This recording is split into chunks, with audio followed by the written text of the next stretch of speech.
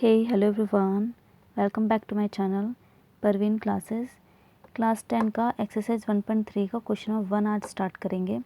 ये क्वेश्चन बहुत इजी है, बट इसके कुछ स्टेटमेंट, कुछ स्टेप्स हैं वो हमें वैसे ही फॉलो करने पड़ेंगे, क्योंकि ये एक स्टेटमेंट बेस्ड क्वेश्चन है, राइट। तो इसमें लिखा है, क्वेश्चन पूछा, prove that root 5 is a irrational number. Irrational number क्या होते हैं? देखो, इरेशनल नंबर वो होते हैं जिसको हम P/Q में नहीं लिख सकते, राइट। जैसे 2 है, रूट 3 है, रूट 5, रूट 7, ऐसे नंबर जिनको हम P/Q में नहीं लिख सकते, तो इनको इरेशनल नंबर बोलते हैं। तो इन्होंने बोला ये प्रूफ करके दिखाओ। तो ये तो ऑलरेडी प्रूफ है कि ये रूट 5 जो है ये इरेशनल नंबर है, बट हमें इसे करके बताना है कि प्रूफ तो है, लेकिन ये कैसे है, हमें इसे प्रूफ करके दिखाना है। तो इसको हम कैसे सॉल्व करेंगे? अगर हम ये एज्यूम कर लें कि रूट 5 रैशनल नंबर है, और हम उसको पूरा सॉल्यूशन करके हम ये साबित कर दें, ये प्रूफ कर दें कि हमने जो एज्यूम किया वो रूट 5 वो गलत है, वो रॉन्ग प्रूफ किया है, तो वो ऑटोमेटिकली इरेशनल हो जाएगा। तो बस हमें यही प्रूफ करके दिखाना है इसमें। सो इसको स्टार्ट करेंगे। सबसे पहले let us assume that root 5 is rational number। अगर हमने रूट 5 को रैशनल मान लिया तो ये क्या हो जाएगा, ये हम इसको प्रूफ करके दिखाएंगे, बट हमें ये प्रूफ हमें गलत साबित करके दिखाना, तभी हम प्रूफ करके दिखाएंगे कि ये जो लाइन लिखी है इरेशनल, ये बिल्कुल ठीक लिखी है। तो ये रूट 5 इरेशनल नंबर है, तो हम रैशनल नंबर है। रैशनल नंबर की क्या डेफिनेशन होती है? P/Q, जहाँ पे वेयर Q की वैल्यू 0 के बराबर नहीं होनी चाहिए, मतलब डिनोमिनेटर जो है वो Q की 0 के बराबर नहीं होनी चाहिए। ये हमें इसमें इसकी एक रूल है इसका, रैशनल नंबर का।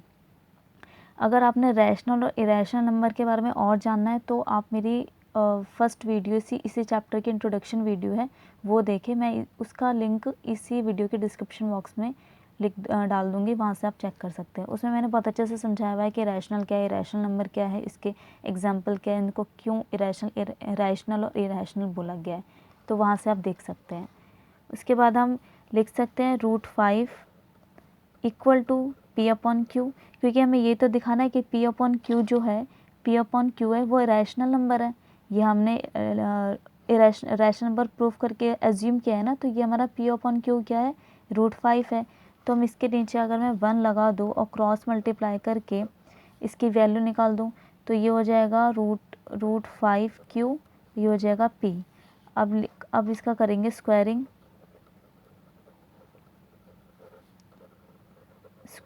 Both side.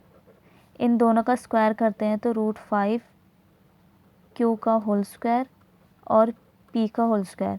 तो मैं इसका स्क्वायर करूँगी, तो हमने पढ़ा हुआ पहले 9th में 8th में कि स्क्वायर जो होता है, अगर रूट वाले नंबर को डबल बार मल्टीप्लाई करते हैं तो उसका रूट कट जाता है। तो हम लिख सकते हैं रूट 5 मल्टीप्लाई होगा तो रूट से रूट कट जाएगा, तो यह जाएगा सिंगल 5 और Q का स्क्वायर इक्वल टू यहाँ पे P का स्क्वायर। ये हमारी वैल्यू हो गई, हम इसको मान लेंगे 1। अब हमें यहाँ पे पता चल रहा है कि ये जो 5 है, 5 क्या है, P का डिविजिबल है, मतलब कि 5 जो है वो उसके नीचे आ सकता है, इससे P से कट सकता है। मतलब हमने मान सकते हैं कि P की वैल्यू क्या हो सकती है, 100 हो सकती है। और अगर हम इसके नीचे यहाँ पे 5 रखेंगे, 5 रखेंगे तो ये कट सकता है। अगर हम 10 मान ले तो तब भी ये कट सकता है। तो हम मान सकते हैं कि ये इसका डिविजिबल है, कुछ भी नंबर P की जगह हो सकता है, तो ये इसका डिविजिबल है। तो हम यहाँ पे लिख सकते हैं if P² is divisible by 5 so that P is also divisible by 5। ये लाइन का मतलब है कि अगर इसका P का स्क्वायर डिविजिबल बाय 5 है, तो अगर सिंगल P है तो वो भी तो डिविजिबल होगा। अगर मैं यहाँ पे फॉर एग्जांपल मैं P की जगह पे यहाँ पे 10 रखती हूँ, 10 रखती हूँ, और 10 के नीचे यहाँ पे 5 है, और इसका मैं होल स्क्वायर कर रही हूँ, तो ये कितना हो जाएगा 100 अपॉन में 5, अगर ये कट जाएगा तो 20 हो जाएगा। और अगर मैं सिंगल p की वैल्यू 10 रख रही हूँ और 5 की जगह 5 ही है, q की जगह 5 है, तो 5 से इसे काटेंगे, ये आ जाएगा कितनी बार 2 बार। तो इसका मतलब क्या है, यहाँ पे भी 2 आना था। तो यहाँ पे क्या हो गया, ये भी कट रहा है, ये भी कट रहा है, मतलब ये से डिवाइड हो रहा है। तो हम लिख सकते हैं if P square is divisible by 5 so that p is also divisible by 5। तो ये हमारी फर्स्ट कंडीशन फुलफिल हो गई है। अब हमें यहाँ पे दिख रहा है कि ये जो 5 है ये इसका डिविजिबल है, इसका मतलब यहाँ पे ये यूक्लिड डिवीज़न लेमा आ रहा है, मतलब कि a equal to B Q plus R, जहाँ यहाँ पे a की वैल्यू q है और b की वैल्यू अगर ये इसके डिवाइड में आएगा तो ये b हो जाएगा, और ये q क्या है इसमें, ये वाली वैल्यू, और r इसमें कुछ ज़ीरो मान लेंगे। तो हम इसमें क्या लेंगे, इस पूरी की जगह वैल्यू पुट कर लेंगे, late p equal to 5m। यहाँ पे r की जगह हम 0 पुट कर रहे हैं इसलिए हम उसकी वैल्यू नहीं रखेंगे, सिर्फ p equal to m 5m रखेंगे फॉर, जहाँ पे m जो है वो फॉर सम इंटीजर है, ये भी इंटीजर है, ये भी एक इंटीजर है, क्योंकि हमने यूक्लिड डिवीज़न लेमा में पढ़ चुके हैं। अगर हम इसका भी स्क्वायर कर दे तो क्या होगा, स्क्वायरिंग बोथ साइड, इसका और इसका स्क्वायर करेंगे तो p का स्क्वायर इक्वल टू 5m का स्क्वायर। तो हम लिख सकते हैं इसको p की जगह p का स्क्वायर, 5 की जगह 25m स्क्वायर। अब यहाँ पे हमें दिख रहा है कि इक्वेशन फर्स्ट में p स्क्वायर की वैल्यू 5q है, तो मैं इसकी वैल्यू इसकी जगह लिख सकती हूँ। तो हम लिखेंगे p की जगह में 5q square equal to 25m square from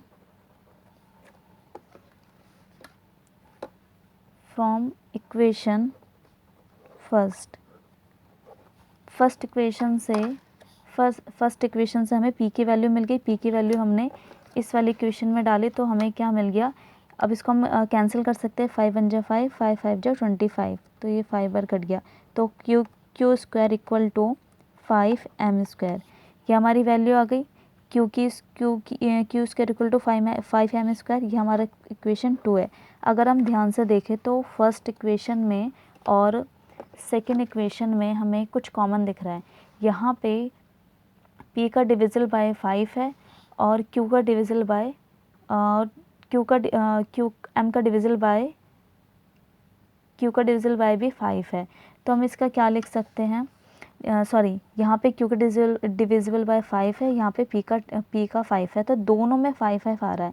मतलब कि हमें यहाँ मैं बताऊँ तो p अपॉन q की वैल्यू हमें वैल्यू रखनी थी, और यहाँ पे क्या था, p अपॉन q में 5, इसका भी 5 आ रहा है, इसका भी 5 आ रहा है। अच्छा, इसमें एक चीज़ और बतानी थी, जो हमें यहाँ पे p अपॉन q है वहाँ पे हमें एक कंडीशन और फुलफ़िल करनी है, p एंड q आर को प्राइम होना चाहिए। को प्राइम का मतलब क्या है कि अगर हम p और q की जो वैल्यू आएगी उन दोनों का जो HCF होगा, हायर कॉमन फैक्टर होगा, वो 1 ही होना चाहिए, उससे ज़्यादा नहीं होना चाहिए। और यहाँ पे हमने भी पूरा सॉल्यूशन कर चुके हैं, तो हमें यहाँ पे क्या दिख रहा है कि यहाँ पे q का भी डिवीज़न, यहाँ पे p का डिवीज़न, दोनों का 5 5 आ रहा है। तो अगर मैं, जैसे हमने यहाँ पे लिखा था, अगर p का डिविजिबल बाय 5 है, p स्क्वायर का डिविजिबल बाय 5 है, so that p is also divisible by 5 है। तो हम इसके बारे में भी लिख सकते हैं यहाँ पे,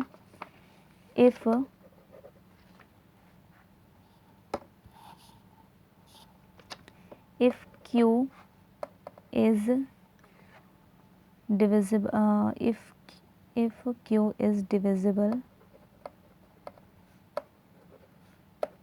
by 5 so that q is also divisible by 5। तो ये 5 का भी q का भी डिविजिबल हो सकता है। तो हमें ये पता लग रहा है कि p upon q equal to 5 upon 5 आ रहा है। और अगर हम इसका फैक्टर निकालें, 5 का और 5 का फैक्टर निकालें, तो इसका फैक्टर क्या आएगा, 5 इंटू 1 5 इंटू 1, मतलब दोनों में 5 आ रहा है, तो हमारा HCF कितना आ रहा है, 5 आ रहा है। बट हमें को प्राइम की कंडीशन क्या है, फैक्टर से 1 आना चाहिए, तो ये हमारा रॉन्ग प्रूफ हो रहा है।